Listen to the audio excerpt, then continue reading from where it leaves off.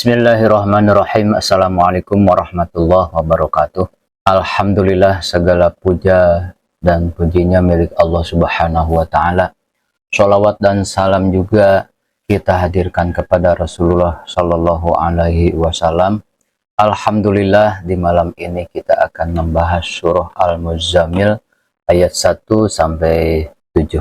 Saudaraku semuanya, sebelum membahas, silahkan menulis sholawat di kolom komentar dengan harapan kita dapat syafaat dari baginda Nabi Muhammad Sallallahu Alaihi Wasallam. Allahumma sholli ala Sayyidina Muhammad. Kita lanjut ke surah Al-Muzammil. A'udzubillahi minasyaitonirrajim. Bismillahirrahmanirrahim.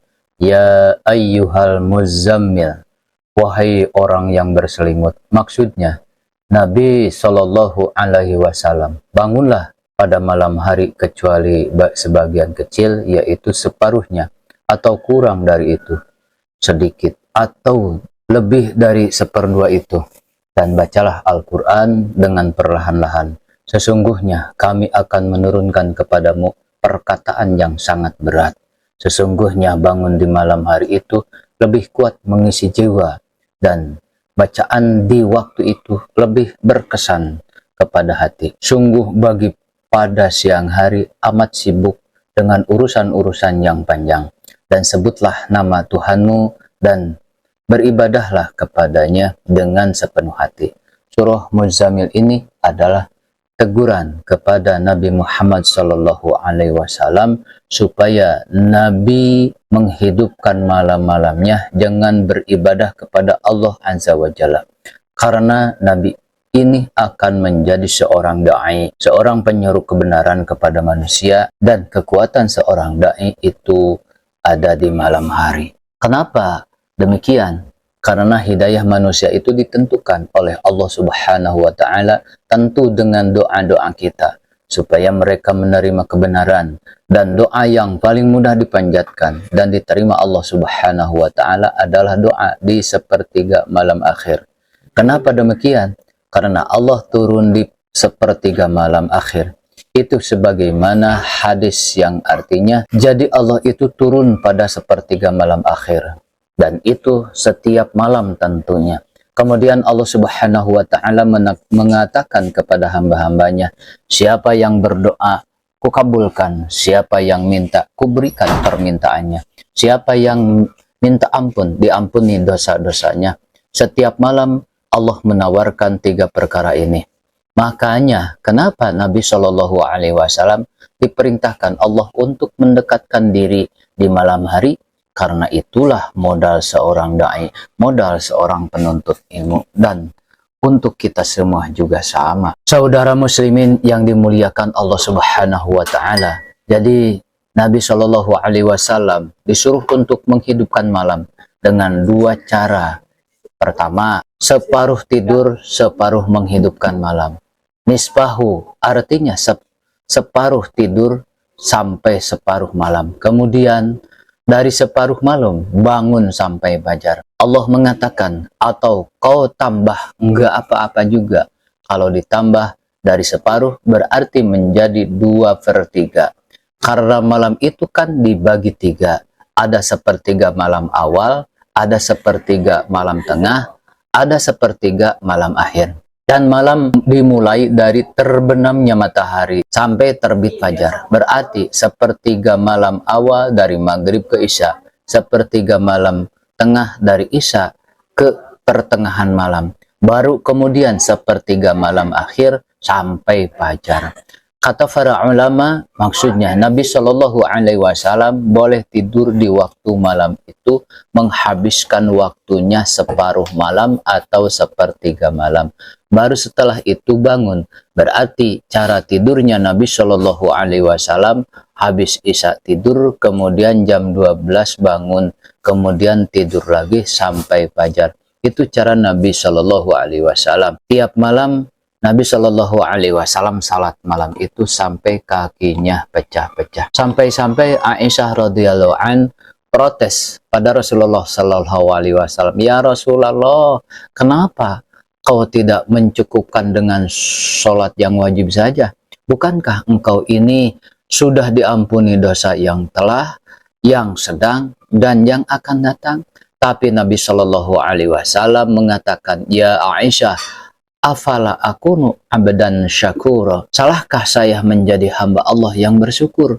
Makanya Rasulullah Shallallahu Alaihi Wasallam sampai meninggal tidak pernah meninggalkan yang dinamakannya qiyamul lail. Saudara muslimin, yang karena qiyamul lail itu tidak mesti tahajud. Saudara berdoa di malam hari itu termasuk qiyamul lail. Kemudian membaca istighfar itu termasuk qiyamul lail. Kemudian membaca Al-Quran itu termasuk juga qiyamul lail. Kemudian berzikir, kemudian berwudu itu termasuk qiyamul lail. Termasuk juga salat qiyamul lail. Jadi qiyamul lail itu sifatnya umum.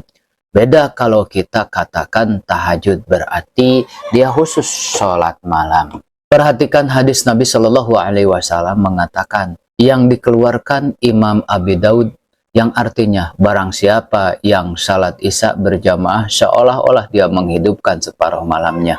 Tapi barang siapa yang salat isya berjamaah plus dengan subuh berjamaah, maka seolah-olah Anda menghidupkan malam itu dengan qiyamul lail sepenuhnya. Kenapa? Karena sholat isya berjamaah separuh malam, kita dapat sholat subuh berjamaah separuh malam. Jadi kalau digabungkan satu malam suntuk, seolah-olah kita ini tidak tidur beribadah semalam suntuk. Bayangkan hanya melaksanakan dua salat ini saja, salat isya berjamaah, salat subuh berjamaah, kemudian lebihnya saudara tidur, itu sudah dicatat saudara qiyamul lail semalam suntuk. Mulai terbenam matahari sampai terbit fajar, luar biasa itu kan. Perhatikan satu hadis yang sering kita dengar. Nabi mengatakan, jadi setan itu akan datang kepada kita setiap hendak tidur.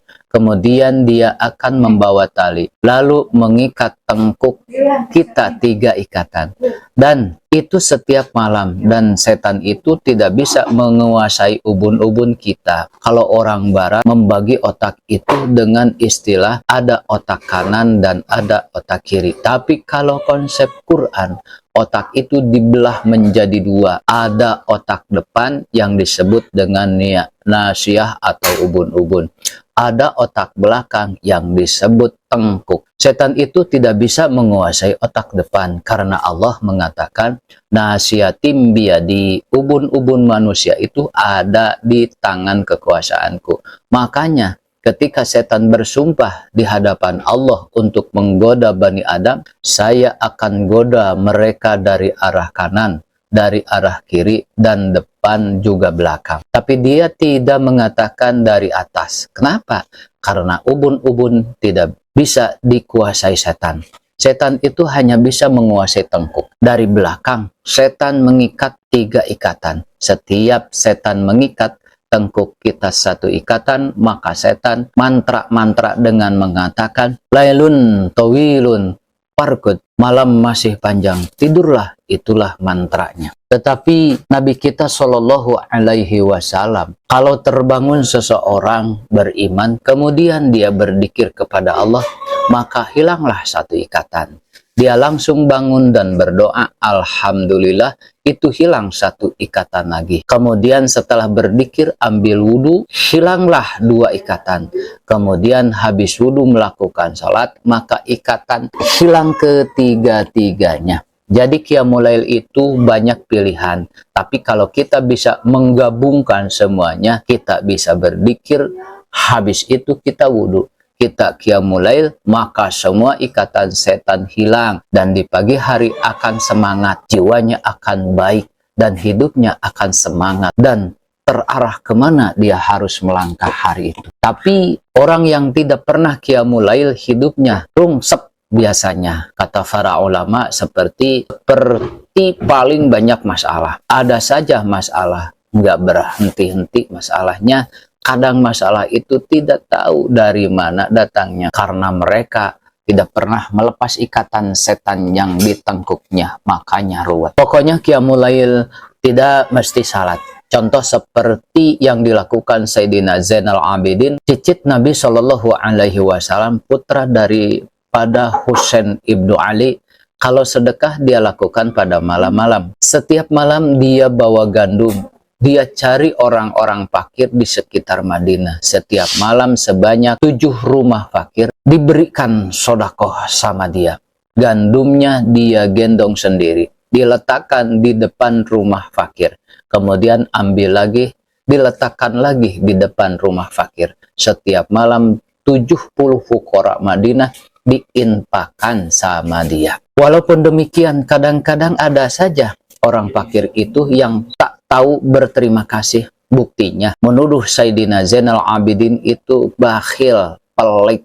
Kenapa? Karena tak tampak bersedekah di muka umum. Padahal setiap malam dia gendong gandum. Karena Sayyidina Zainal Abidin tidak memberinya secara terang-terangan, maka orang-orang menganggap dia itu bakhil, pelit. Kalau orang kaya sekarang kan bagi-bagi rezeki pasti mau dipiralkan. Sayyidina Zainal Abidin ketahuan rajin infak itu setelah dia meninggal. Jadi dikasih tahu sama orang yang memandikannya bahwa punggungnya itu rusak karena setiap malam bawa gandum. Dan terbukti setelah dia meninggal tidak ada satu gandum yang ada di depan rumah orang fakir tersebut. Berarti tahu selama ini siapa yang infak kepada mereka. Sayyidina Zainal Abidin melakukan infak di malam hari itu salah satu bentuk Qiyamul Lail juga, karena inti Qiyamul Lail itu kita bangun dalam rangka mendekatkan diri kepada Allah Subhanahu wa Ta'ala. Ma'asyiral muslimin yang dimuliakan Allah Subhanahu wa Ta'ala,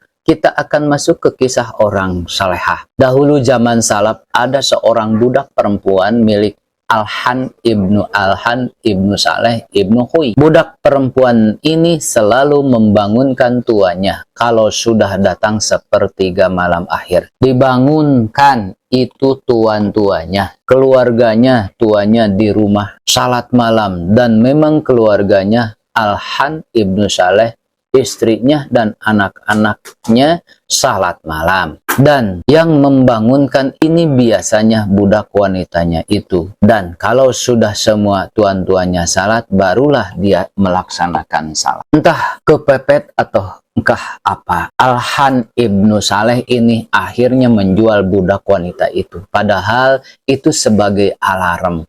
Budak itu dijual kepada keluarga yang tidak pernah salat malam. Budak ini selalu bangun di sepertiga malam karena kebiasaannya di keluarga Alhan ibnu Saleh. Begitu datang di sepertiga malam, maka dia menggedor pintu kamar tuannya. Wahai tuan, bangun, waktunya salat malam. Tapi tidak ada satupun yang bangun. Kemudian budak itu nanya, apa kalian nggak pernah sholat malam? Maka mereka jawab, iya, kami tidak pernah sholat malam. Kami cukupkan dengan sholat subuh saja.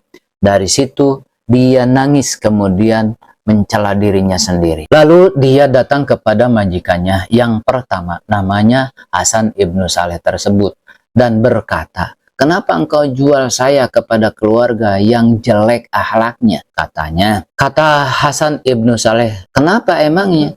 Budak itu menjawab, mereka gak pernah sholat malam.